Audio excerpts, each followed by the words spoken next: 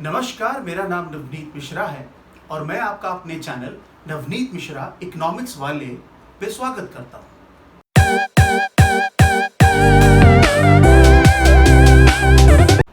आज जिस टॉपिक के बारे में बात करेंगे वो टॉपिक है total utility and marginal utility schedule.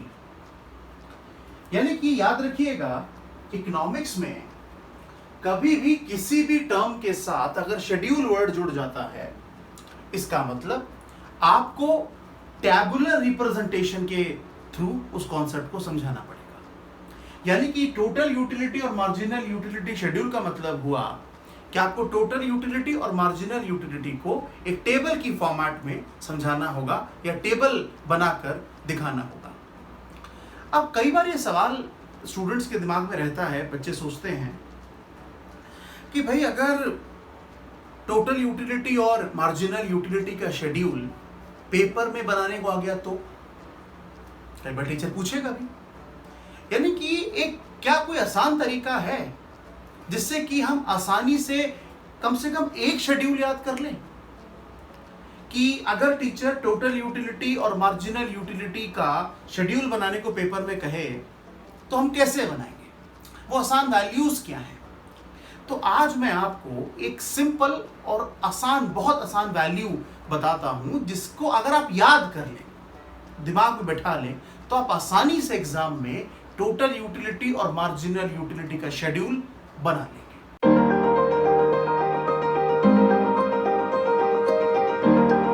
तो सबसे पहले अगर पेपर में क्वेश्चन आता है और वहां पर टीचर डिमांड करता है कि आप एक टोटल यूटिलिटी और मार्जिनल यूटिलिटी शेड्यूल बनाएं, तो सबसे पहले स्टार्टिंग कहां से करनी है। यानी कि आप सबसे पहले लिखें यूनिट कंज्यूम्ड, मार्जिनल यूटिलिटी जो वैल्यू यूटिल्स में है उसकी, और टोटल यूटिलिटी भी यूटिल्स में है। यानी कि सबसे पहले शुरुआत में आप इस तरीके का एक टेबल ड्रॉ करें। उसके बाद यूनिट कंज्यूम्ड, जो पहली हेडिंग है, पहला topic unit consumed, unit consumed को जीरो से शुरू करें। पहला जो यूनिट कंज्यूम है वो जीरो होना चाहिए, पहला यूनिट जीरो है, तो जीरो से 1, 2, 3, 4, 5 और 6। यानी कि जीरो से यूनिट कंज्यूम को शुरू करना है और 6 पे जाके खत्म कर देना है। 7, 8, 9, 10 की जरूरत नहीं है, बिल्कुल जरूरत नहीं है। शुरू कहां से करो, जीरो से, और कहां तक लेके जाओ, 6 तक। अब सवाल ये उठता है कि हम मार्जिनल यूटिलिटी और टोटल यूटिलिटी की वैल्यूज टेबल में क्या लिखेंगे।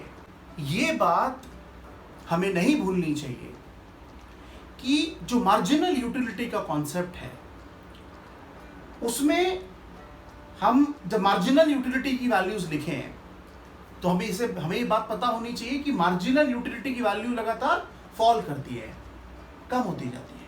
उसका कारण क्या है? उसका कारण लॉ है, law of diminishing marginal utility है। तो यानी कि ये याद रखना है कि जो भी वैल्यूज हम मार्जिनल यूटिलिटी मिलेंगे वो पहले वाली जो वैल्यू है ना, उससे जो दूसरी वैल्यू है वो कम होनी चाहिए। ये जो गिलास है, इस गिलास के अंदर जो पानी है, उस पानी को पीते पीते मैं आपको मार्जिनल यूटिलिटी की वैल्यू समझाऊंगा, जरा ध्यान दीजिएगा। मान लीजिए ये यूनिट कंज्यूम जो है वो एक घूंट है पानी का, एक सिप है पानी का, अगर मैं पी रहा हूं तो मान लो मैंने एक भी घूंट पानी नहीं पिया, जीरो सिप लिया, तो सैटिस्फैक्शन डैश लगा दो, मार्जिनल यूटिलिटी की वैल्यू डैश लगा दीजिए। उसके बाद मान लो मैंने पहला सिप पिया, अब जब मैंने पहला घूंट पानी पिया तो सैटिस्फैक्शन मिला 8 यूटिल्स। याद रखना, यानी कि जो मैंने पहला घूंट पानी पिया उससे कितना यूटिल सैटिस्फैक्शन मिला, 8। अब जो law of diminishing marginal utility वो क्या कहता है कि हर एडिशनल यूनिट को कंज्यूम करोगे तो सैटिस्फैक्शन फॉल करेगा। इसका मतलब अब मैं एक और घूंट पानी पीता हूं,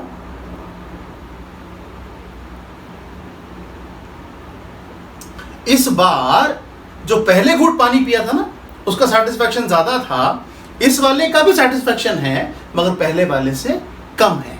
तो 8 से कम वैल्यू ले लेते हैं, मान लीजिए 6 यूटिल्स। उसके बाद एक और घूंट पानी पीते हैं,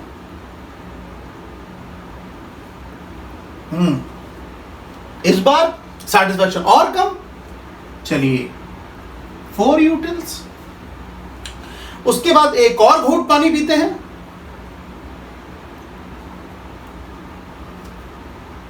सैटिस्फैक्शन और कम, मान लीजिए 2 यूटिल्स। एक और घूंट पानी पीते हैं,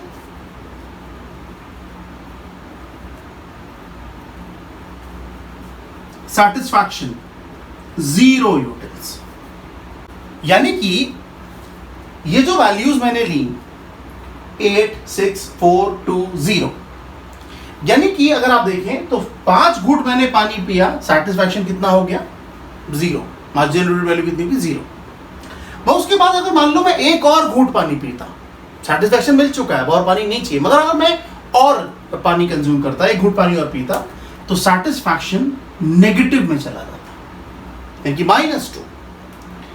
यानी कि मार्जिनल यूटिलिटी की वैल्यूज क्या है 8, 6, 4, 2, 0, -2। अच्छा, ये जो मैंने आपके सामने वैल्यू जो लिखी है, ये बहुत इंपॉर्टेंट वैल्यू है। इन वैल्यूज की मतलब काफी खासियत है इन वैल्यूज में, ये भी नहीं लिए मैंने, उसके पीछे रीजन है। सबसे पहला अगर आप रीजन देखें तो ये सारी वैल्यूज 2 से डिवाइड होती है, पहली बात, ये सारी वैल्यू 2 से डिवाइड होती है। अच्छा, उसके बाद आपको ऐसा नहीं लग रहा कि ये 2 का उल्टा टेबल है? यानी कि अगर टीचर शेड्यूल बनाने को कहे तो मेरी ये बात भूलना मत, यानी कि मार्जिनल यूटिलिटी में हमें 2 का उल्टा टेबल लिखना, 8, 6, 4, 2, 0, -2। यानी कि मार्जिनल यूटिलिटी को हम एक राइम बना के याद कर लेते हैं। छोटे बच्चे होते हैं ना, जैसे राइम बनाते हैं छोटे छोटे बच्चों के लिए, ऐसे राइम कैसे बना सकते हैं? राइम बना लो 8, 6, 4, 2, 0, -2। फिर से रिपीट करता हूं, 8, 6, 4, 2, 0, -2। सिंपल है। अब अगर हमें 8, 6, 4, 2, 0, -2 याद हो जाए तो हम आसानी से मार्जिनल यूटिलिटी की वैल्यू से टोटल यूटिलिटी निकाल सकते हैं और ये शेड्यूल पूरा हो जाएगा। अब ये समझते हैं कि टोटल यूटिलिटी कैसे निकालेंगे, मार्जिनल यूटिलिटी की वैल्यू से हम टोटल यूटिलिटी कैसे कैलकुलेट करेंगे, बताता हूं आपको।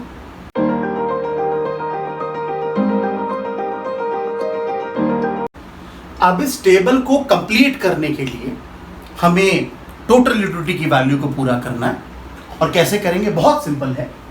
जैसे मान लो अगर एक भी यूनिट कंज्यूम नहीं की, मैंने पानी ही नहीं पिया, एक घूंट पानी भी नहीं पिया, तो टोटल यूटिलिटी पे डैश लगा दो, सर यूटिलिटी है ही नहीं।